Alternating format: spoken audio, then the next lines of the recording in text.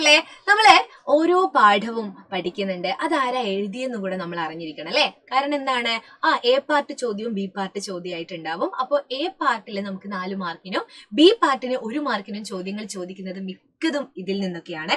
അപ്പൊ ഗ്രാമശ്രീ എന്ന് പറയുന്ന അതിമനോഹരമായ ഒരു കവിത ഉണ്ടായിരുന്നു. അതാരാണ് എഴുതിയത്?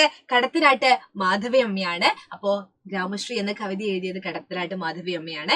അപ്പോൾ കുമ്മാട്ടി എന്തിനെ പറ്റിയാണ് എന്ന് ചോദിച്ചാല് വിവിധ തരത്തിലുള്ള കുമ്മാട്ടിയിലെ ആചാരങ്ങള് അല്ലെങ്കിൽ അനുഷ്ഠ അതെല്ലാം അതിൽ വരുന്നുണ്ട്.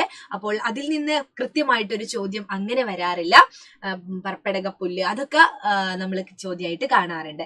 ഇനി വിത്തെന്ന മഹാത്ഭുതം ആരായിരുന്നു, ആരുടെ പുസ്തകത്തിൽ നിന്നുള്ളതാണ്? ചെറുവയൽ രാമന്റെ ആത്മകഥാംശമുള്ള ഒരു ഭാഗമാണ് വിത്തെന്ന മഹാത്ഭുതം എന്ന് വരുന്നത്. പിന്നെ ഫാത്തിമ തുരുത്താണ് നമുക്ക് പഠിക്കാനുള്ളത്. ഫാത്തിമ തുരുത്ത് കുരീപ്പുഴ ശ്രീകുമാരാണ് എഴുതിയത്, മലയാളത്തിന്റെ പ്രിയ കവിയായ കുരീപ്പുഴ.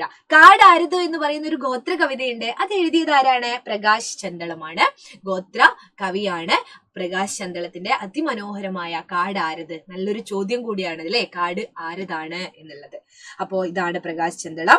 പിന്നെ അതില് നഞ്ചിയമ്മേനെ കുറിച്ച് പറയുന്നുണ്ട് എന്നുള്ളത് നമ്മളൊന്ന് ഓർത്ത് വെക്കുക.